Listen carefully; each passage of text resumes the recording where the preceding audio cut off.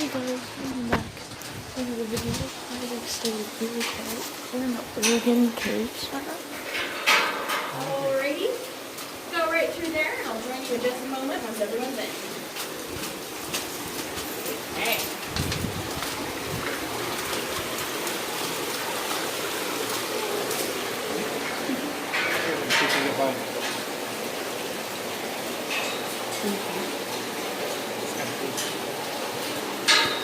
Alrighty, so let's go ahead and head on to the first room of the cave called Watson Grotto. Well, this video is kind of a best because you see we're in the Oregon caves. So I have to get down low and quiet because there is boots. Tons of rats. Timer, so that way I don't keep you in here for 9 hours. I'd like to talk about this cave forever. So, welcome to the first room. Now, right through here is where Elijah Davidson followed Bruno Matbear through. But looking through the eyes of a geologist, we actually see a whole lot more. We see this beautiful erosional bedding right through here. That's due to the River Styx coming right through. And we see lots of cave popcorn.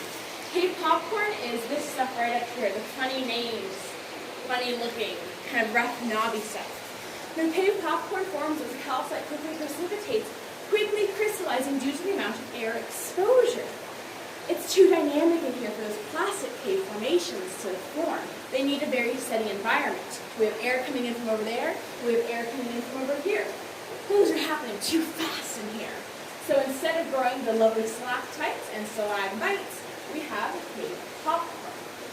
Now, we can do an association game. We don't have to, it's just a 4-person tour, but we can if we want to. I'll say cave popcorn, you say airflow. Let's try it.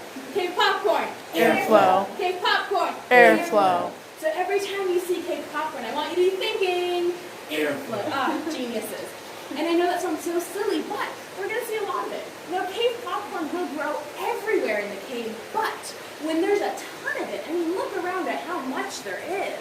When there's tons of it, we can kind of start to think, okay, that means there's lots and lots of airflow right through here.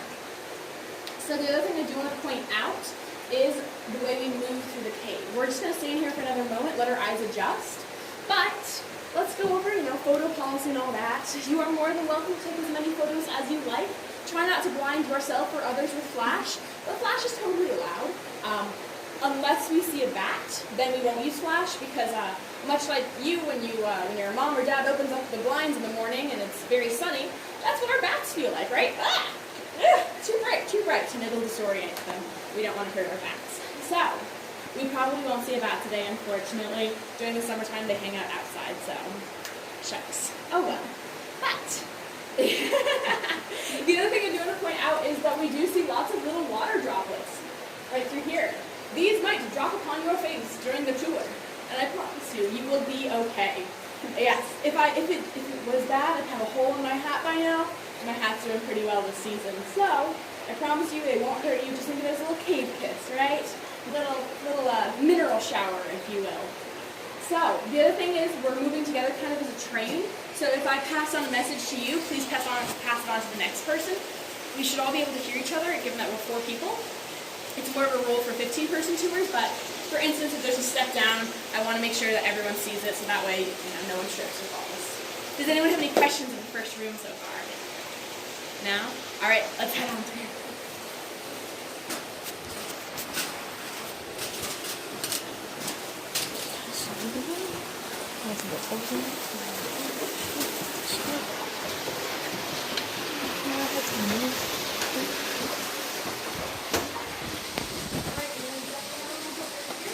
Duck your head a little bit right here. Duck your head. All right, there's a puddle right here. Step over the puddle. Step over to the puddle. Over the puddle.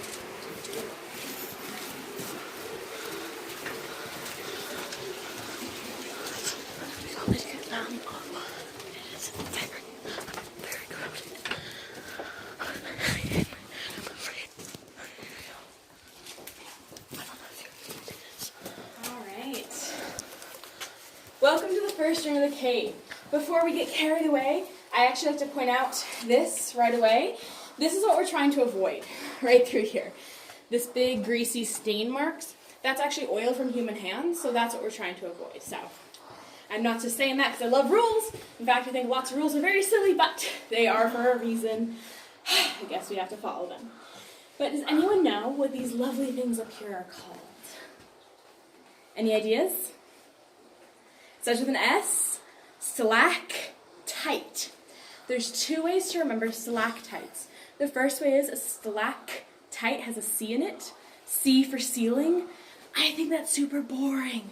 I think a better way to remember stalactite is a stalactite holds tight to the ceiling and doesn't let go.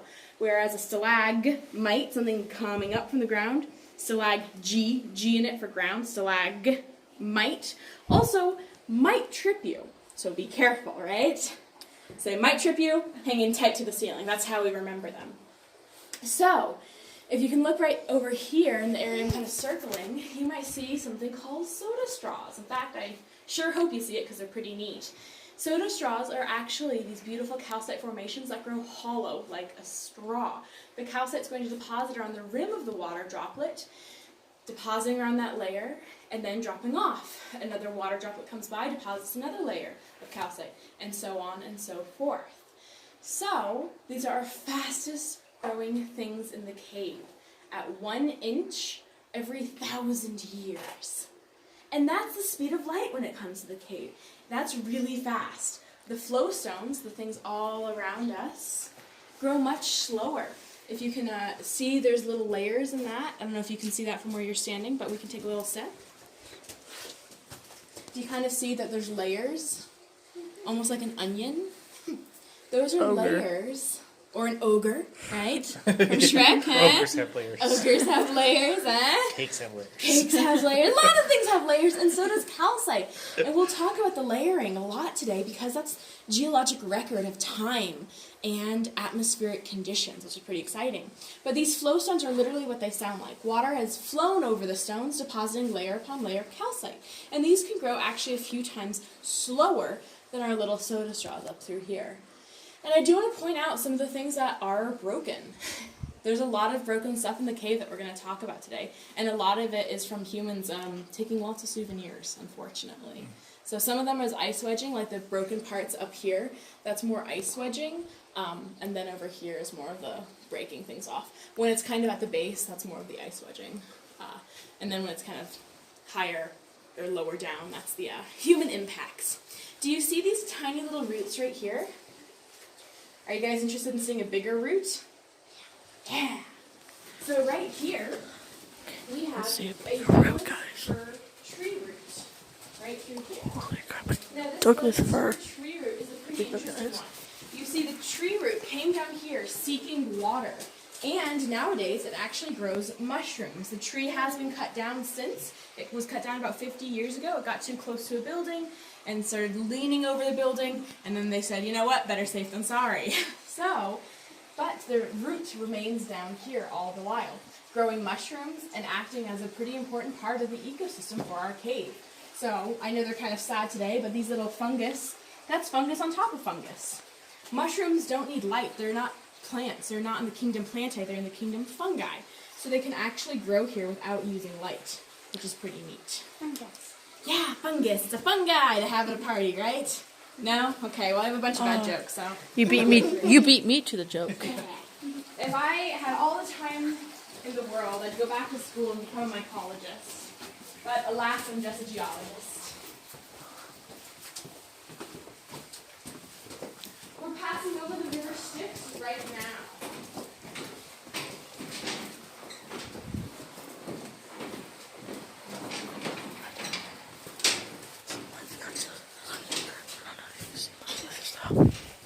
Yes, those are the light switches. I have a few tricks up my sleeve. So, this is what we call the marble ceiling. Now, the marble ceiling, let's talk a bit about marble. Only 4% of the entire Earth's caves are made of marble, making it a pretty exclusive cave, in fact. So let's talk a bit about how marble is made. Talk about my very favorite thing called plate tectonics. Have you guys heard of plate tectonics? Yeah. Yes, so if we were to take it back 165 million years, we wouldn't be standing in Oregon. We'd actually be standing on an oceanic crust more specifically, we'd be standing on a dead volcanic reef.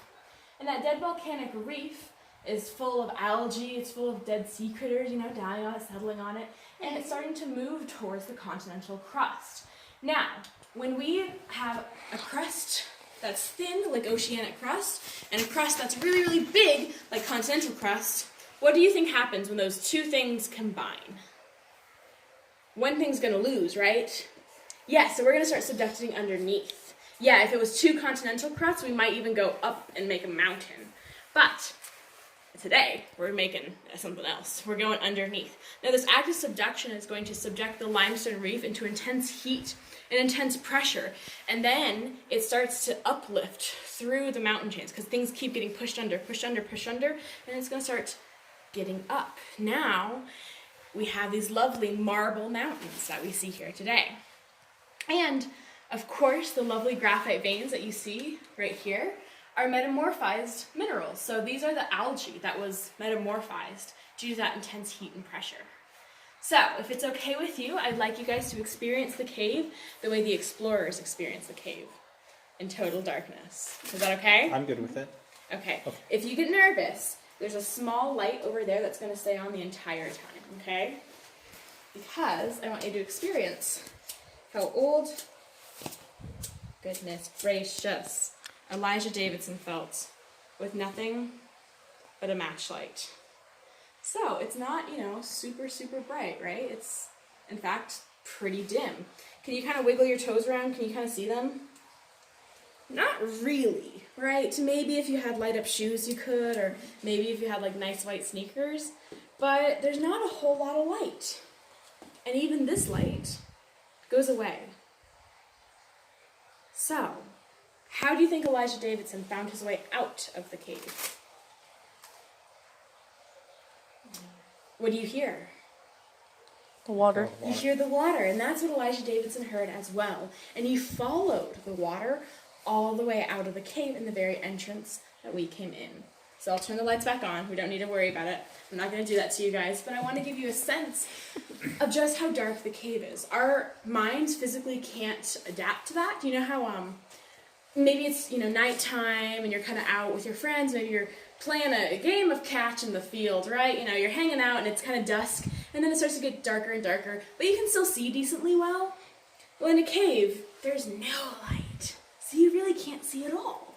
So, we're just not adapted for it. Our cave critters actually have lots of different adaptations. In fact, some of our cave critters don't even have eyes, because they don't need them in a dark cave, like our cave millipedes and whatnot. They actually just feel around. So, we're going to use our eyes today, of course. We're not going to go full millipede. And in fact, I want you guys to kind of take extra special notice of walking over the river Styx and how the lovely areas are shaped. So, let's head on through. Yeah. That'd be cool. Okay. We call this area right here the belly of the whale. And that's for this long crack down the middle, looking like a spine. And then the rivulets coming down and carving away, eroding, making it look like a rib cage. Right through here. Pinocchio. Yeah, just like that. All right, careful, there's a step right here. Step right here. Step. Any questions so far? Must be doing a good job. No. Well, sometimes it's nice to let the cave speak for itself. Step.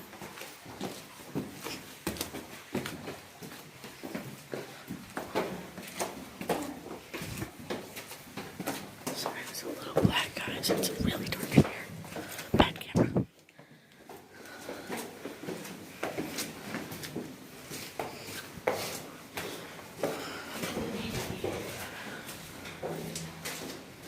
Cold?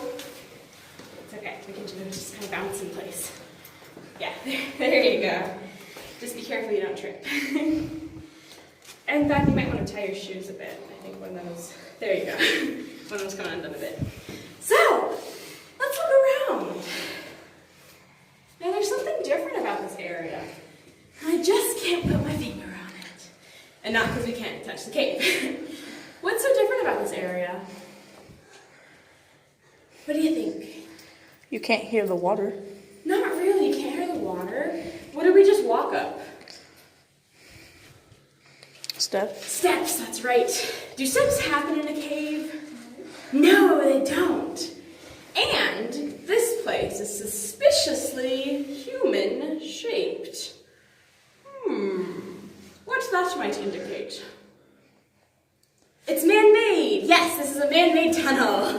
Don't worry, I'm sure I was staring you in the face, but you were wondering what I was getting at. Yes, this is a man-made tunnel. So, prior to 1937, if you wanted to explore the rest of the caves, you best believe you were on your hands and knees in that cold river Styx. It was cold and wet, and you liked it, right? Well, it turns out not everyone liked it. Not everyone wanted to be cold and wet in the river. So they decided in the 1930s, during the Great Depression, the CCC, the Civilian Conservation Corps, opened this area up. But when they opened this area up, they had a few unintended consequences. And we're going to talk a lot about unintended human consequences today. You see, yeah, just be careful. So when they changed the way that we have passages in the cave, we opened it up. Before there was a hole about this big, now there's a hole this big, right? So that changed the way that air moves through the cave. Now during the winter time here, it can get pretty darn chilly. Really, really chilly, in fact. So chilly that water freezes. So, when water started to freeze in the cave, the little water in our stalactites, something changed. Now, have you ever put something in the freezer you're not supposed to? Like a soda can or a metal water bottle? Yeah, what happens to it? It explodes. Yes, because when water turns to ice, it expands. It stretches out its arms. It gets a little wiggle room in there, right? So we call that ice wedging. Now, our little soda straws have water droplets in them. They start to expand. They start to freeze. But our calcite can't expand, so it started to break.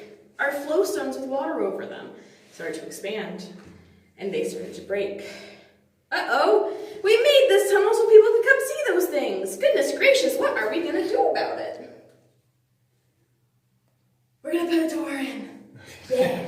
No, there's a lot of these questions are obvious. I'm not expecting rocket science. No. That'd be no fun. We're going to put a door in, and that door literally acts as a barrier to the airflow. Of course, we do need air, so it's not an airtight door, but it blocks enough of that airflow that it keeps it a stable 44 degrees the entire year. No freezing air in our cave anymore, right? That's right. So, we're going to head through this, and you might feel it just get a tiny touch colder. Be careful. There's a small lip at the bottom of the door. I don't want any of you guys to trip. And hold the door open for the next person because it'll swing behind you. All right, let's head on through. All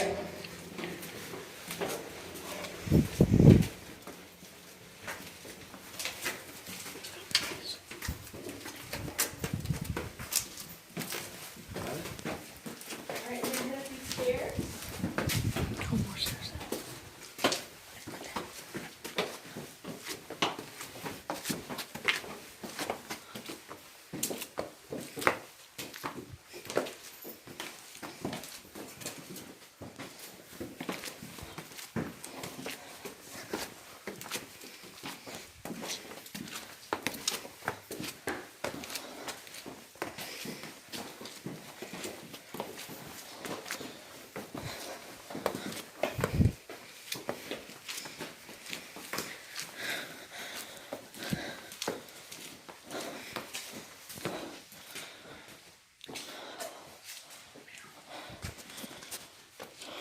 Want me to line it up?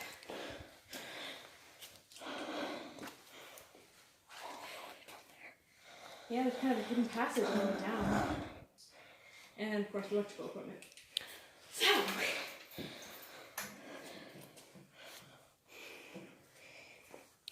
wait for a minute for everyone to catch their breath. Right, stairs are great. So, there's something different about this part. And let's take a second and listen. So we hear the group in front of us, but what else do we hear in this room? Almost nothing, right? Right? You really don't hear anything else. Are you hearing a hum? Yeah. Okay, so that's actually, we do have electricity in the cave, so that's from that, but we don't hear the river Styx. That's the thing that we don't hear anymore. And we call this room the dry room because of that. We no longer see or hear the river Styx, but we have evidence of it. We have evidence all over. We do have water that's been in the cave. We've had 2 million years to make our cave. So we know that flowstones form when water flows over stones for thousands of years. We can see how thick those layers are. That's a few thousand years of water flowing over. But water is going to follow the path of least resistance. It's eroded itself out of the room, and it hasn't come around since. It's kind of changed the way it moves to the caves. We don't have any one source of water in our cave. We have quite a few. Some is coming in from groundwater, some is coming in from, groundwater that's kind of connected and pooled amongst itself, and then other times, areas that have rain, or days that we have rain, have areas that have water, and then sometimes it's just dry the rest of the summer. It changes the way it moves to the cave. So, the other thing I do want to point out in this room is this stuff right here. Do you remember what it's called? Cave popcorn, that's right! And do we remember what popcorn means? Airflow. Yes! So we can start to put on our little detective caps and start thinking about where that airflow is. So cave popcorn will grow in the direction of airflow. It's kind of growing up and out that way. So we can assume that maybe the cave popcorn, we'll see more of it that way. So the next room is called the imagination room. So to warm up your imaginations, does anyone have a good joke? No? Okay, it's okay. I come prepared. So, just in case someone else has a joke, I call this rock Poison Rock. Why? Because a drop will kill ya. It's not a good joke. It's a joke. But we want to warm up your imaginations because we're going to the imagination room. I'm taking you guys to the heart of the cave. So maybe start thinking about what that might mean. And as we walk through here, we can see beautiful areas of the cave, areas that have kind of been carved in and carved around. Guys, there's a giant body. This cave is a Pokemon. Just saying. Giant Pokemon. Walking inside the Pokemon, so careful. Might use earthquake. Go ahead and start exploring.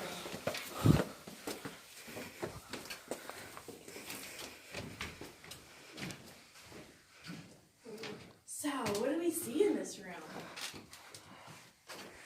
Some interesting shapes. Remember how I said I was taking you guys to the heart of the cave? Aww, right? Yes, I'm very cheesy, but we call this stuff moon milk, and there's examples of it all over. There's some over there, some over here, some over here, some over here, really all over this room. Now, moon milk is the relationship between calcite and bacteria, and it's actually a living rock the way coral might be a living rock, right? We have interesting little bits of bacteria that live in there. We found 4 strains of penicillium actually living in there, which is pretty neat. But that all relies on water. Now let's listen for water once again.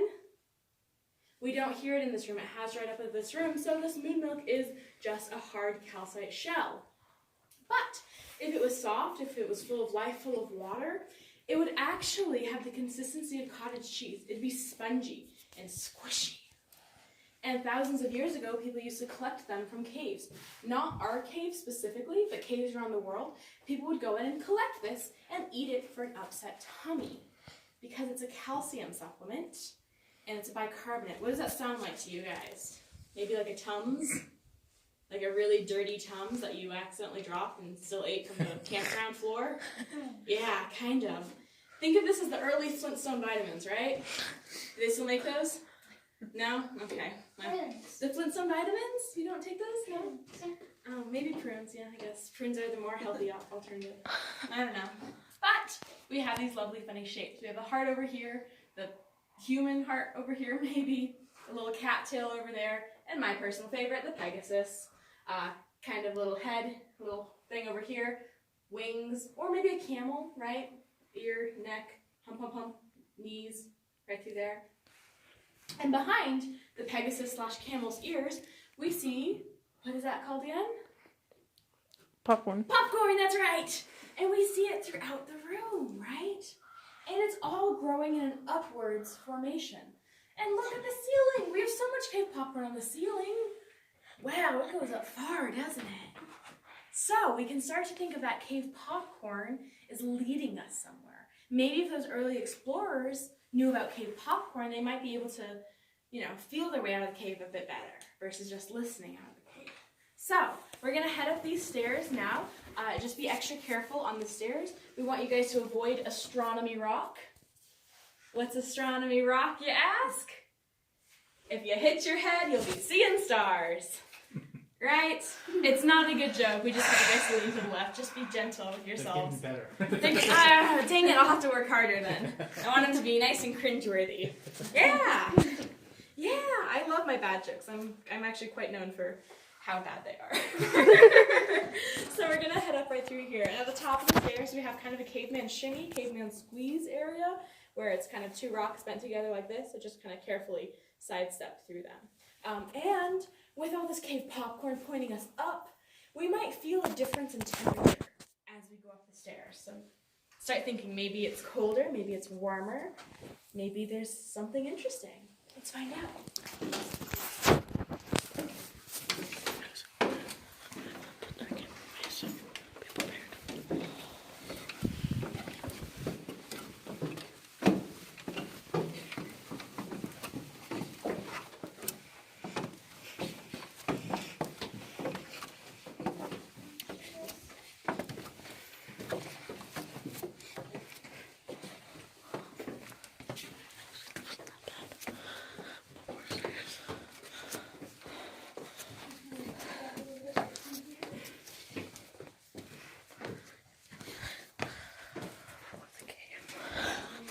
Oregon cave.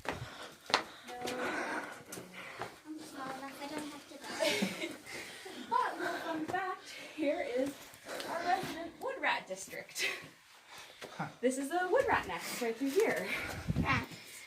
Yes, so we have cave critters who live here. So if you see stuff like over there, you might notice that it's scat. Yeah. So here I can kind of scoot over here if you want to go ahead and head up so I can show.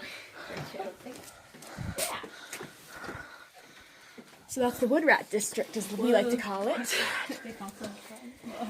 They found some insulation from the ranger dorm, is what they found. And that's our couch cushion book. Yes, these are our furry little friends. Kind of gross, but kind of cool, right? Dad just hit his head. Everything, in a cage is there for a reason. What a noob. So, what do we see all around through here? Cave popcorn. Cave popcorn, that's right! And yeah, oh, did you see something? This is a play. That's a play. Because the air's right there. Yes, the air is right there. Well done. So, we have pretty much enough cave popcorn to fill a movie theater in here, don't we? And we even feel a breeze. Or my kid. Here, I can scoot around so you can feel the breeze too. And so right up through here, we see tons and tons of cave popcorn. Oh, and little critters. We see a harvestman, which is a kind of a cave insect. Here, where'd it go? Dang it, I just saw it. It's like finding a, oh, there we are. Okay, right up there, that kind of looks like almost a star right here. That's called a harvestman. And you might know them as Daddy Longlegs, right?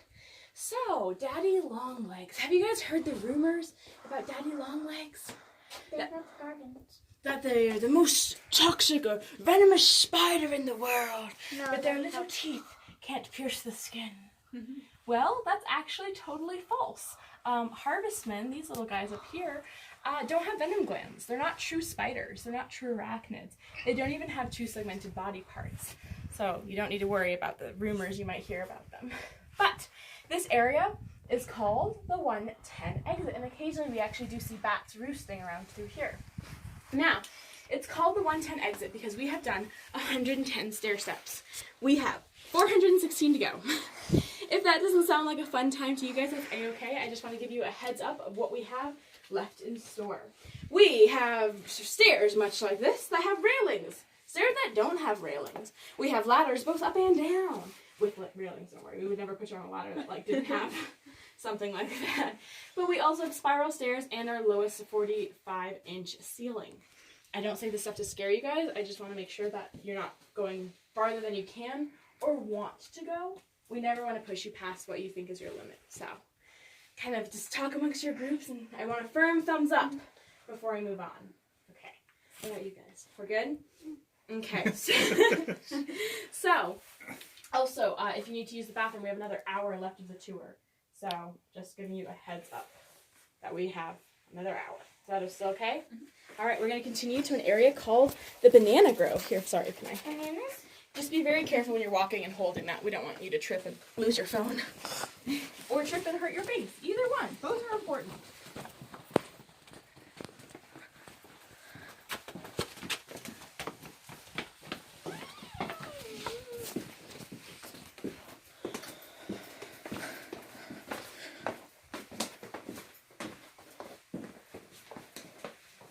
All right, dip your head a little bit right through here.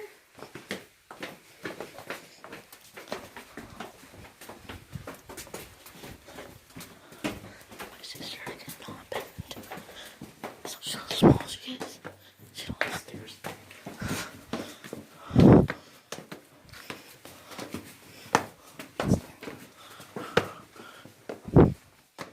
Take a look over here. You might say this kind of almost looks like a banana grove. Right through here, yeah. So we call this area the Banana Grove.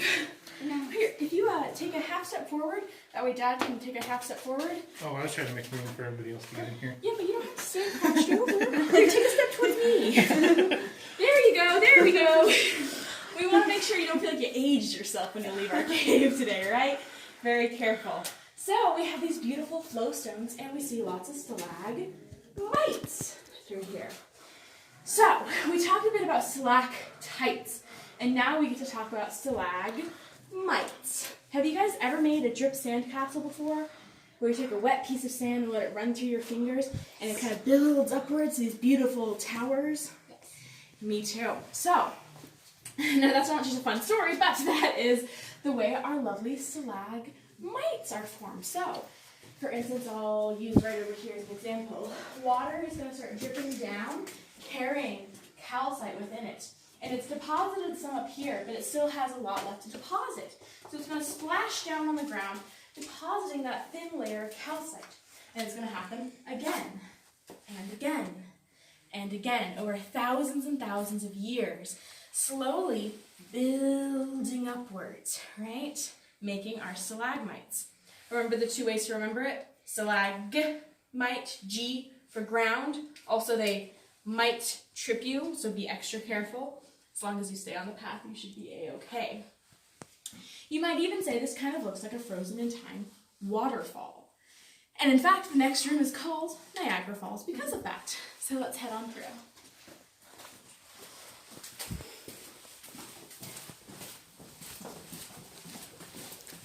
Crouching in Fortnite bush.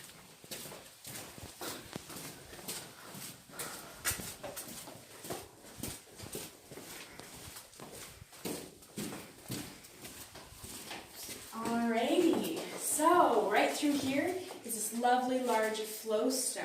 Here you can take another step down if you want. There you go. Perfect. Remember how I said you might touch more than you bargained for when touching the cave? Here's our lovely example of bushy-tailed wood rat scat on the formations. This is why we don't touch things. Caves are gross. Caves are really cool, but caves are also a little gross. In the best way, right? Just kind of how science is gross and cool. Right? Things live in them. Yes, because things live in them. I mean, I'm sure if you brought, a snake or something into your house, they'd probably go, you touch this type of thing? Gross. Because, everything has its own variation of what's normal in different environments, right? So cute. Awesome, I love it. So, we have these beautiful flow stones. Now, way back in the day, in fact, way back up until even the 1990s, people were breaking lots of things as souvenirs, taking them with them to go home. They also signed the guest book right through here. Did anyone here go to Oregon State? Go Beavers/Ducks, depending on who you are? No? Yeah, Ducks? go Ducks. We're going to go with Ducks? Okay. Well, there is a professor, Professor Thomas Condon, the father of Oregon geology, who brought his entire geology class here in 1885. Whoa, how are these signatures still here? 1897, 1888, 1902. How are these signatures still here? The constant temperature of the 44 degrees. Yes, but remember how I said we were in an active cave? Well, do you see the little water droplets?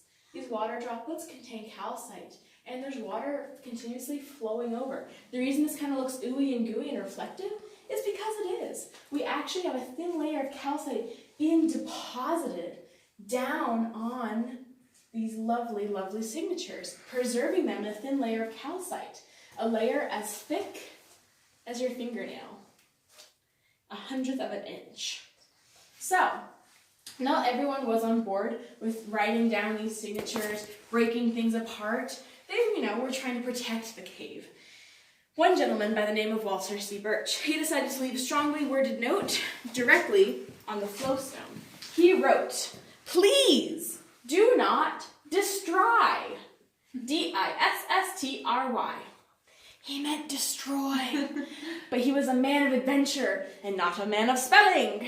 So he did end up getting his little spelling error commemorated in history due to the calcite flowing over the rocks. But Walter Birch, he was a pretty fascinating guy. We're going to talk about him a lot today. He's standing right here, and he starts to feel a breeze in the back of his legs. But this is the end of the historic tour route, right? There's nothing behind him. He must be going crazy. After all, what is an adventure without a hidden passage, right? So he feels a little crack on the wall and feels air coming through there. And now, of course, this isn't an intentionally hidden passage. It's just part of the cave system. But he decides he's going to find it. So he's no fool. He's no Elijah Davidson. Instead of bringing in 6 matches, he's bringing in at least 12, right? Maybe candles, maybe some lanterns, maybe some rope, a pickaxe, and just a pinch of dynamite. And he's going to destroy his way right through. Yeah, so we're going to go see what he found. Now, we can actually start to see layers as we walk through here. And this is something I don't get to point out on most of my tours because they're too big. But we can actually see the layers of the rock, each and every one. And those are the layers. These are thousands and thousands of years being recorded within the calcite itself. When it was much lighter colored, right? And then darker colors up here. And that has to do with the content of magnesium and iron and different stuff within the calcite minerals themselves. So yeah, little fun facts. Oop.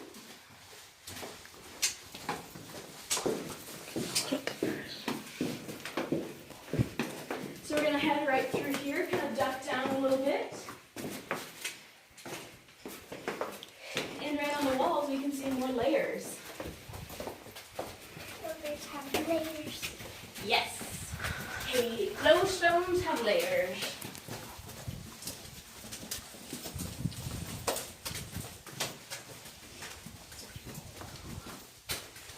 So I want you guys to look up.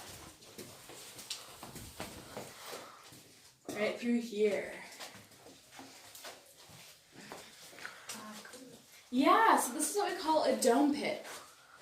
The old name of this room used to be called Neptune's Grotto, but we've kind of moved away from some of the older names to more geologically significant names. For instance, the dome pit. Now, a dome pit is exactly what it sounds like. We got a dome and a pit. Dome pit. I'm not trying to confuse you guys, right? I'm trying to be as honest as I can. So, this I want you to think of akin to an underground waterfall. Right through here, we have water trickling down, depositing layers of calcite, but also eroding. Right beneath our feet, we see little divots in the cement, and big ones too, right? That's just a drainage hole. That one and that one are drainage holes, I think. Best of my knowledge, I'm not sure. But what we see here is actually about 30 years of erosion. If my timeline's correct, they poured this cement about 30 years ago. So if this is 30 years of erosion, how many years do you think this is? at least 40, right? At least. So we know it's a bit more than 30 years. We know that it's quite a number. In fact, I'm not entirely sure of the exact number of years that it took, but we do know that it's a natural vertical shaft. But let's talk about Walter Birch. Yes, you are standing in kind of a splash zone area, so did you get a little bit on you? Yeah. Yeah, it happens. That's why I wear the nice bunny hats. It keeps me nice and dry. So, Walter Birch, the man of adventure, man of mystery, sees a big dark hole and says, I'm going to explore it. But he's going to do this Walter Birch style. He takes 3 precautions. The first precaution is wearing a primitive caving helmet. It's kind of a hat with the brim cut off. So imagine kind of an upside down salad bowl on your head. Think about that. Except I think a salad bowl might actually be stronger, right? A bit more protection. But, he's thinking. He also ties a rope around his waist and ties it to a formation. That way, should he slip and fall, that rope could catch him, right? So he's thinking. His final move is to put a little candle at the surface of the hole. That way, as he climbs down, if he can still see the light from the candle, he knows he's not too deep. So he starts climbing down, and he goes down about halfway, he thinks. He has about half the rope left on his hip. He looks up, and there's just a tiny sliver of light. But he has some extra rope. So why doesn't he just push his luck a little bit, right? Just go a little bit further. Nothing crazy. Just a little bit further. And a little bit more. And a little bit more. And then he suddenly feels a tug at his waist. He's out of rope. Uh-oh. So he looks up to see the light. But he can't see the light. There's nothing there. So he has his little lantern. Remember how much light that little lighter was? That's about as much light as the lantern had. He's here. He's kind of stabilized himself. Rope is on his hip, and it's a straight line. What is Walter Birch going to do? Is he going to climb back out, get more rope, get more light, get more buddies, because you should never go caving alone? Is that what he does? No, how'd you know? Have you heard the story before? No, okay. So he decides to take a leap of faith. He unties the rope, steadies himself, big breath, and he jumps. And he falls about 2 feet. So not far, don't worry, he doesn't hurt himself, but he says he falls about 2 feet, and he said it was the longest 2 feet of his life. Of course, you're in total darkness, or almost total darkness. Now, I like to tell that story because it is a story, so, it could be elaborated a bit here and there, but it's kind of that early cave exploration, that sense of adventure. So hopefully we can kind of maintain that sense of adventure. We're about just past the halfway point, so we want to maintain that sense of adventure on our way down. Now, do be careful as we go down here. After the spiral staircase, we have a ladder, which is a bit steep, so you might need to do a bit of a limbo and narrow stairs. At the bottom, we're going to see what happens when a stalactite and a stalagmite unite, and they make a column. So, it's our oldest freestanding formation in the cave. Let's head down.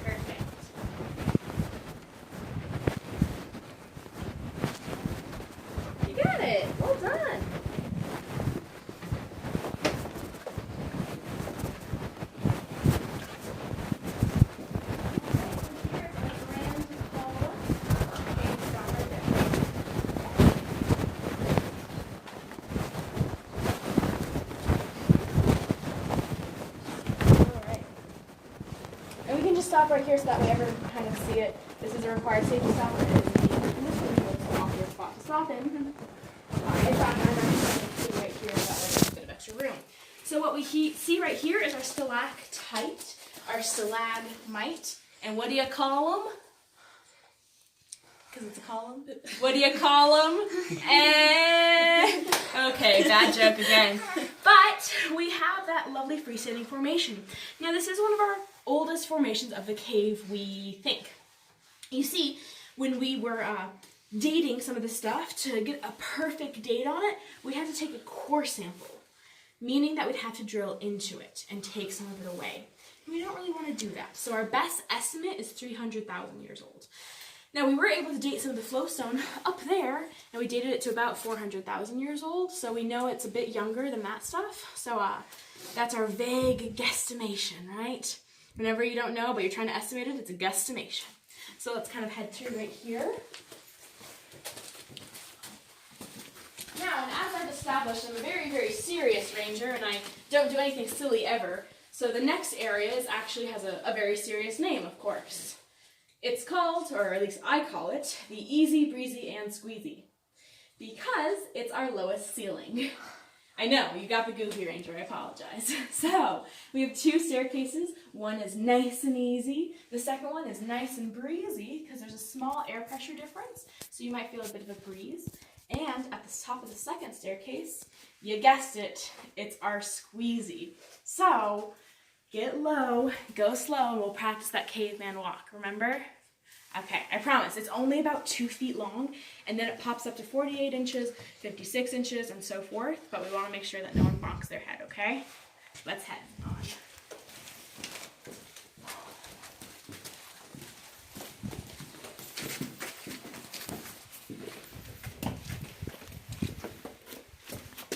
You feel the breeze?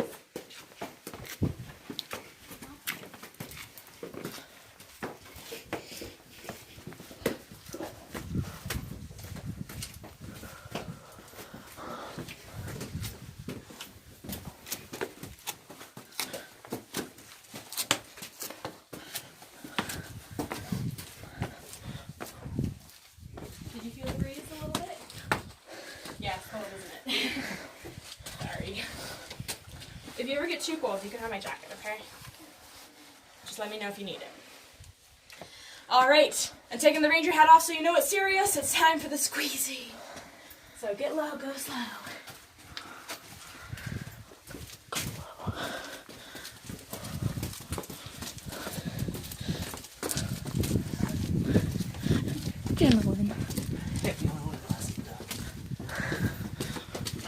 So you go small.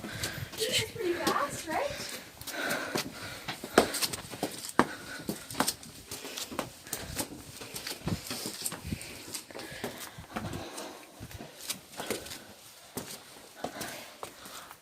So let's take a look around.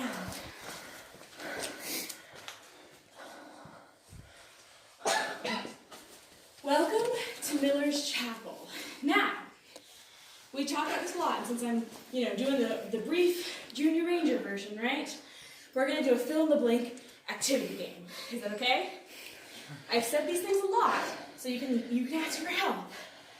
But we're gonna do a fill-in-the-blank sentence. Hanging tight to the ceiling, we call these tights. Yes, you're really close. Things that might grow up and reach the ceiling or might trip you are called Might. That's right. And when they unite, they make a, what did we just in the last row? Column. Well done, 3 out of 3, you guys. You are well on your way to earning that Junior Ranger badge. Congratulations. So we see columns, we see stalactites, we see stalagmites. This entire area is a flowstone. It's a big old flowstone right through here. Yeah. So this is the second largest room of the cave. You guys ready to see the largest room? It's called the ghost room, but I promise you it's not spooky. Yeah, don't worry. Darn. No ghosts in this cave. How boring. No calling Ghostbusters.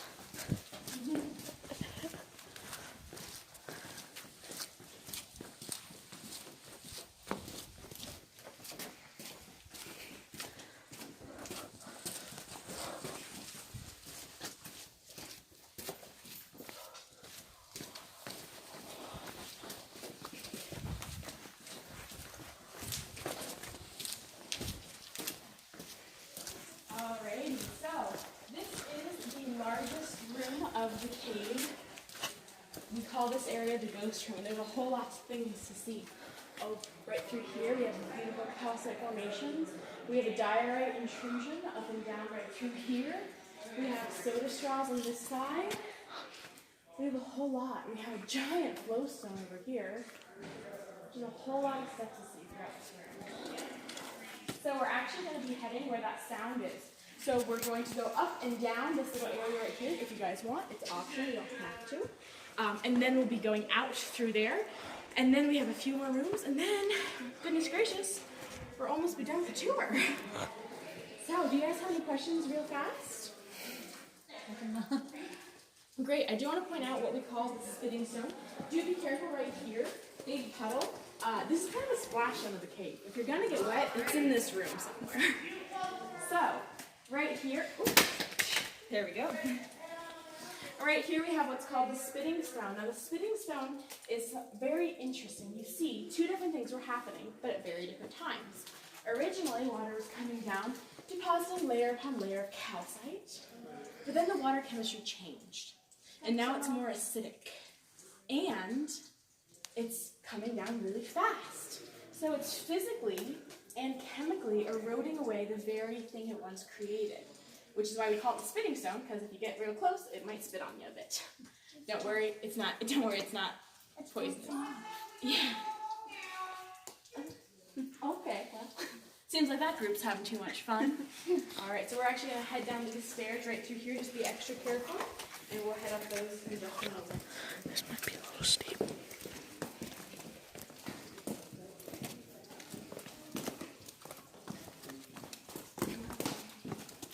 Ranger Danielle, it sounds like your tour's having too much fun.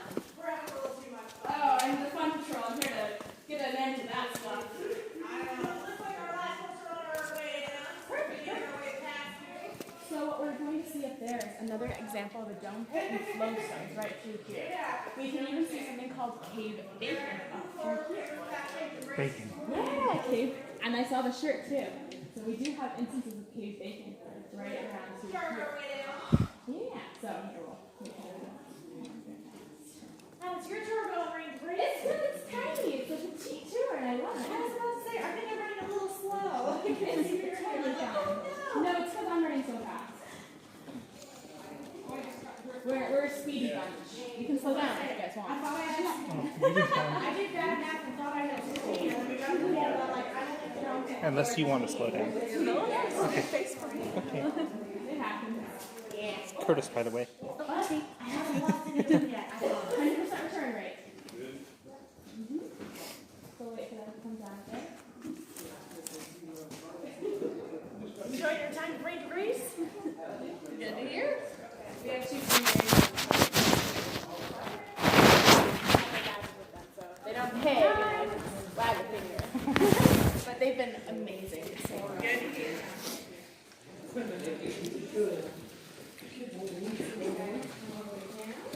So we look to our right, is that moving critters?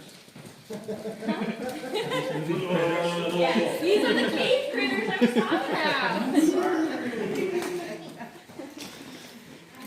It seems that they're relying a lot on eyesight, though. Maybe they're not true cave critters.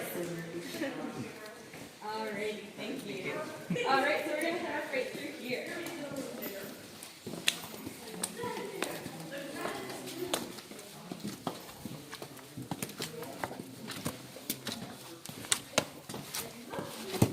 You good? Yep. These are just, little barrels.